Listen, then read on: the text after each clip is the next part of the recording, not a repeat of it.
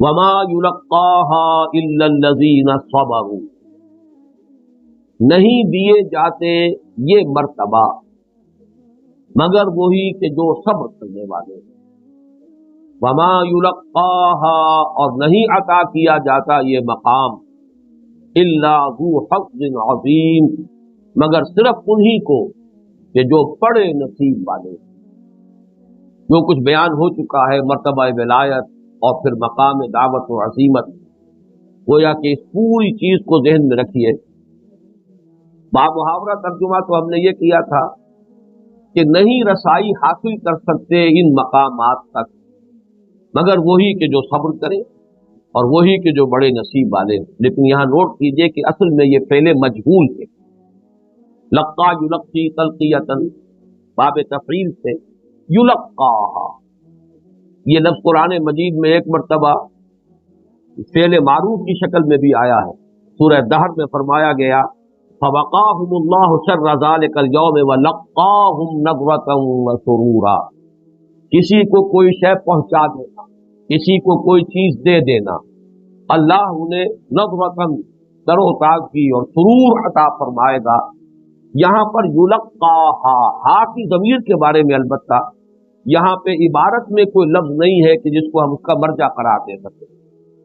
بلکہ گویا کہ یہ تمام مراتب عالیہ مولانا اصلاحی صاحب نے یہاں پسند کیا ہے موعظت اور حکمت۔ یہ دانش نہیں ملتی مگر انہی کو جو صبر کرنے والے، یہ حکمت نہیں دی جاتی مگر صرف انہی کو جو بڑے نصیب والے۔ مولانا مودودی نے مرتبہ کا لفظ استعمال کیا ہے، یہ مرتبہ نہیں عطا کیا جاتا مگر صرف انہی کو جو صبر کرے، یہ مرتبہ نہیں عنایت کیا جاتا مگر صرف انہی کو جو بڑے نصیب والے۔ میرے نزدیک یہاں مراتب عالیہ اگر جمع کے صیغے میں آئے تو چونکہ واحد کا ضمیر کا صیغہ مؤنث کا اس کے لیے صحیح ہوگا، لہذا ان تمام مراتب عالیہ کو ذہن میں رکھیے۔ وما یلقاہا، نہیں دیے جاتے یہ مراتب عالیہ، نہیں فائز کیے جاتے ان مقامات بلند پر۔ یہ وہی مصرع ہے، یہ مرتبہ بلند ملا جس کو مل گیا، ہر مدعی کے واسطے دار و رسم کہاں، یہ رتبہ بلند ملا جس کو مل گیا، ہر مدعی کے واسطے دار و رسم کہاں، وہی بات انداز وہی ہے۔ یہ مراتب عالیہ نہیں دیے جاتے مگر انہی لوگوں کو جو صبر والے ہیں، صبر کریں، اور وہی لوگ کہ جو بڑے نصیب والے۔ یہ یہاں پر نصیب کا لفظ آیا، حق کا لفظ آیا ہے، قرآن مجید میں نصیب کا لفظ بھی آیا ہے، بڑے قسمت والے۔ یہ لفظ سورہ قصص میں بھی آیا ہے وما یلقاہا الا الصابرون، صبر ہے اصل سے۔ یہاں تو دو چیزیں جمع کی گئی ہیں، وما یلقاہا الا الذین صبروا وما یلقاہا الا ذو حظ عظیم، لیکن سورہ قصص کی آیت نمبر 80 میں فرمایا وما یلقاہا الا الصابرون، اصل ہے صبر۔ اس حوالے سے سورۃ العصر سے جو ہمارے یہ اسباق شروع ہوئے تھے وہاں بھی آخری لفظ صبر تھا۔ آیت البر میں بھی والصابرین فی البأساء والضراء وحین الباس، اسی طریقے سے واصبر علی ما اصابک تیسرے سبق میں، اور یہاں پر بھی وما یلقاہا الا الذین صبروا، صبر ہو، سہار کا مادہ ہو، برداشت کا مادہ ہو، جھیل جانے کی صلاحیت ہو، قربانی کی استعداد ہو، اگر یہ ہے تبھی یہ مقامات بلند اور تبھی یہ مراتب عالیہ جو ہے وہ انسان کو مل سکتے ہیں۔ اللہ تعالیٰ سے دعا کرنی چاہیے اللہ تعالیٰ ہمیں انہیں شامل کرے۔ اللہم ربنا اجعلنا منہم۔ اب آخری آیت پر آئیے وَإِمَّا يَنزَغَنَّكَ مِنَ الشَّيْطَانِ نَزْغٌ فَاسْتَعِذْ بِاللَّهِ، اور اگر لگ ہی جائے کوئی چوک یا چھوٹ یا کوئی وسوسہ تمہیں شیطان کی جانب سے، یہاں لفظ نزع جو آیا ہے اسے سمجھ لیجئے نزع، اور یہ بھی فقہ اللغہ کے اعتبار سے ایک دلچسپ موضوع ہے۔ نزع عین کے ساتھ اور نزع یہ غین کے ساتھ ایک صرف نقطے کا فرق ہے، اور جو قرب ہے ان کے جو حروف اصلیہ ہیں ان میں جو قرب ہے انہی کے اعتبار سے معنی میں بھی بہت قرب۔ نزع کے معنی ہے کسی شے کو کھینچ، عالم نزع جبکہ جان کھینچے گی انسان کے اندر سے، نزع کھینچ۔ تنازع کہتے ہیں جبکہ دو فریق کھینچم تان کر رہے ہو، یہ بھی کھینچ رہا ہو اپنی طرف، وہ کھینچ رہا ہو اپنی طرف، نزع کے معنی کھینچ۔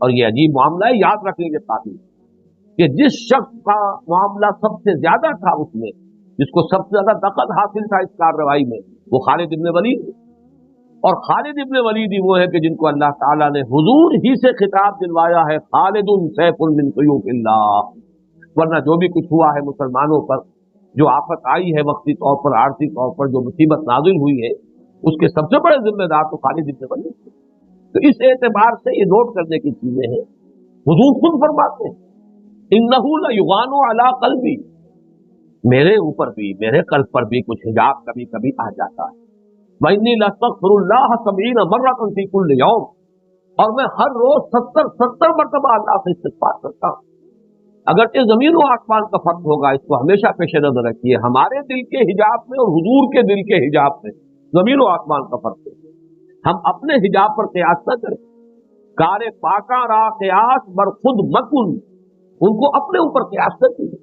لیکن یقیناً حضور کا جو مقام بلند ہے اس کے اعتبار سے کوئی تو شے ہے جسے آپ نے اپنے لیے حجاب سے تعبیر کیا ہے، غین سے تعبیر کیا ہے، انہ لیغان علی قلبی،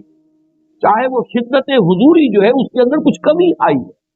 ہمارے لیے حضور کا وہ حجاب بھی گویا کہ ہمارے لیے تو وہ حضوری جو ہے وہ بھی بہت ہی بلند مرتبہ ہوگا حضوری کا، اگر کسی کو اس کی کوئی رمق کبھی مل جائے، لیکن حضور کے اندر جو شدت حضوری کی کیفیت تھی اس میں ذرا سی کمی ہوئی ہے تو آپ اسے اپنے لیے حجاب سے تعبیر کر سکتے ہیں، لیکن یہ کہ بنیادی اعتبار سے نوٹ کرتے جائیے، اس میں ویسے بھی حضور سے خطاب کر کے پوری امت مسلمہ سے خطاب ہے، اس لیے یہ ہمارے لیے سبق ہے، لیکن یہ کہ اس معاملے کو بھی پیش نظر رکھیے کہ نبی اکرم صلی اللہ علیہ وسلم سے بھی خطاب ہو رہا ہے، فَإِمَّا يَنزَغَنَّكَ مِنَ الشَّيْطَانِ نَزْغٌ، اور اگر کبھی شیطان کی، اب نزغ کے لیے کوئی لفظ اچھا ملتا نہیں ہے اردو میں، اس کو چھوت لگ جانا، وسوسہ ہو جانا، مختلف الفاظ ہیں، چوک لگ جانا یا چوک لگ جانا، یا آج میں سوچ رہا تھا تو اس کا ایک انداز ہے جیسے کہ آپ کسی کو ٹھوکا دیتے ہیں، کبھی کوہنی سے کہتے ہیں آمادہ کرتے ہیں بڑھو آگے کام کرو نا، آپ دیکھو تمہارے سامنے یہ کیا کہہ رہا ہے، تم کیوں جھیل رہے ہو، کیوں برداشت کر رہے ہو، تو یہ جو ایک انداز ہے یہ ہے در حقیقت، اس کو شیطان کے وسوسے بھی تعبیر کیا جا سکتا ہے، اور اس کے لیے اکثر لوگوں نے ایک لفظ استعمال کیا اکساہٹ، اگر نفس کے اندر وہ اکساہٹ پیدا ہو ہی جائے، انتقامی جذبات ابھر ہی آئیں، فاستعذ باللہ، تو فوراً اللہ کی پناہ طلب کر، اس لیے کہ یہ در حقیقت شیطان کی طرف سے یہ غصے کا آ جانا، یہ انسان کے اندر اشتعال کی کیفیت پیدا ہو جانا، یہ در حقیقت شیطان کا حملہ ہے، یہ شیطان کا وار ہے، فاستعذ باللہ، اور شیطان سے بچنے کے لیے اللہ کی پناہ میں آ جانا، یہی ہمارے پاس جو واحد چارہ کار ہے، انہ هو السمیع العلیم، یقیناً وہی ہے سب کچھ جاننے والا اور ہر شے کا اور ہر چیز کا سننے والا۔ اس میں بھی در حقیقت تواضع کا ایک پہلو ہے، کوئی دائی اپنے آپ کو اس سے بالا تر نہ سمجھے، کسی وقت غصہ آ سکتا ہے، کسی وقت اشتعال طبیعت میں پیدا ہو سکتا ہے، حضور کے زبان مبارک سے وہ الفاظ نکل گئے تو ہم تو آپ کی جوتیوں کی خاک کے برابر نہیں۔ حضرت عائشہ صدیقہ سے ایک مرتبہ ناراض ہو کر حضور نے فرما دیا تمہارے ہاتھ ٹوٹ جائیں، اور یہ کہہ کر آپ تو چلے گئے کرتے باہر، کچھ دیر کے بعد واپس تشریف لائے ہیں تو دیکھا کہ حضرت عائشہ اپنے ہاتھوں کو الٹ پلٹ کے دیکھ رہی،